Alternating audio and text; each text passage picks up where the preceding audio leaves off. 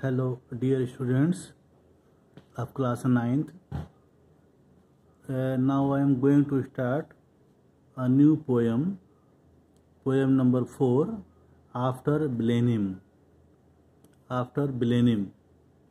The poem is set in fields around the Bavarian towns of the Blenheim in southern Germany.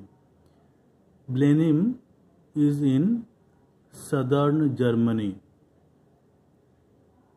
around the Bavarian town.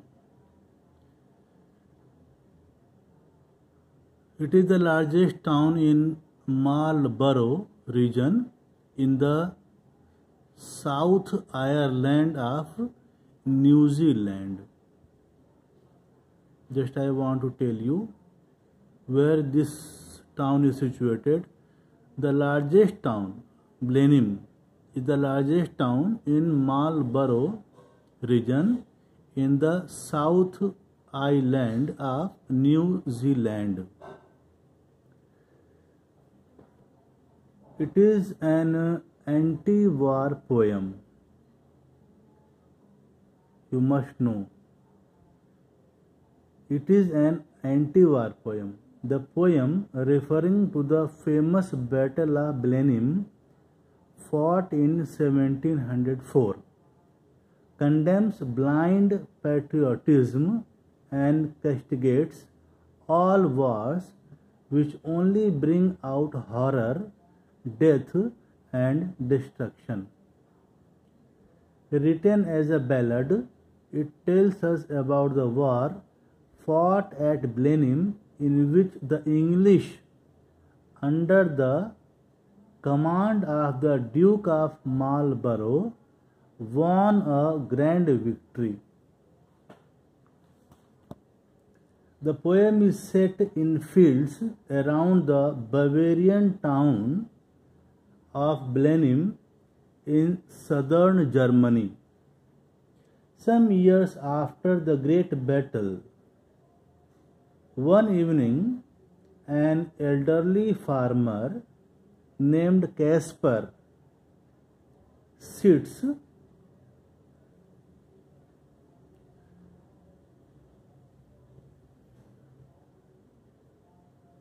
in front of his cottage with his granddaughter Wilhelmine. Her brother Peter Kin is rolling an object, large and round, he found near a stream. He takes it to his grandfather and asks what it is. The old man, who had found many such objects while ploughing the fields, as he was a farmer, replies that it is the skull of a soldier killed in the Battle of Blenheim. Their curiosity aroused, the children asked him about the battle and why it was fought. The grandfather goes on to explain that there was a great battle in the area between the English and the French. The English routed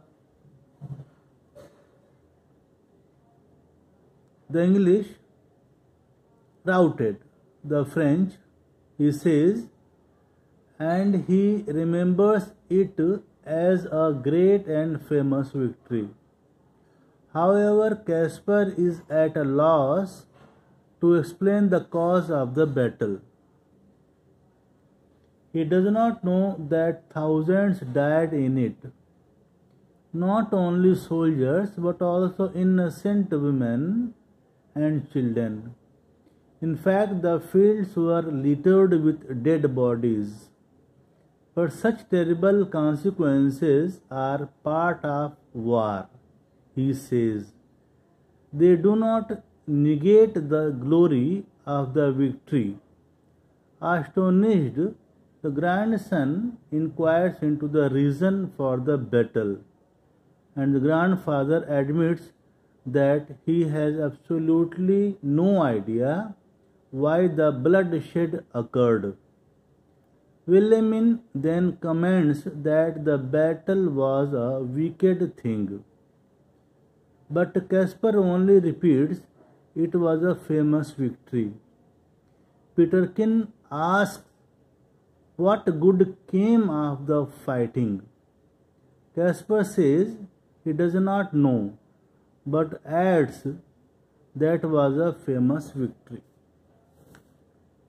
When Caspar's granddaughter and grandson ask the question for what this war was fought, Caspar always told them that he does not know anything, but only he knows that that was a famous victory. Here the poem opens on the scene of a summer evening. The old man Caspar was sitting in the sun before his cottage door.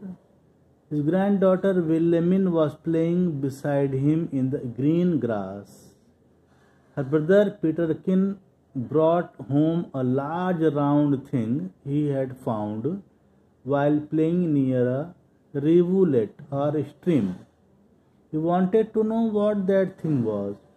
The old man saw it and said that it was the skull of some man who must have been killed in the great victory of Blenheim. He added that thousands of men were killed in the battle and that their skull lay buried around everywhere there. The children wanted to know about the war fought at Blenheim.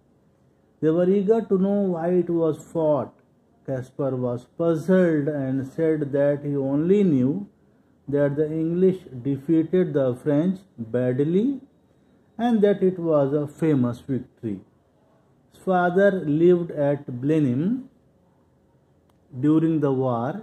His own house was burned down and he had no flea.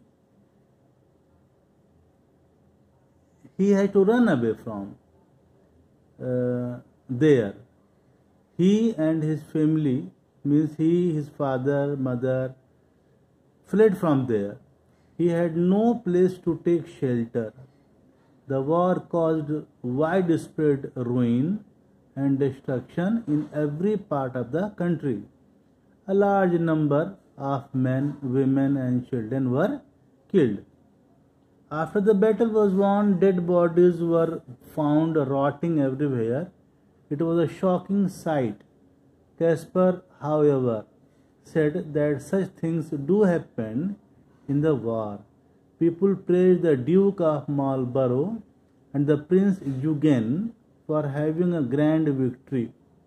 The little girl Wilhelmine could not help saying that the war was nothing but a wicked thing. Her grandfather, however, tried to correct her, saying with half conviction that it was a famous victory. He again repeated what he had said about the people's acclaim of his victory and their praise of the English commanders.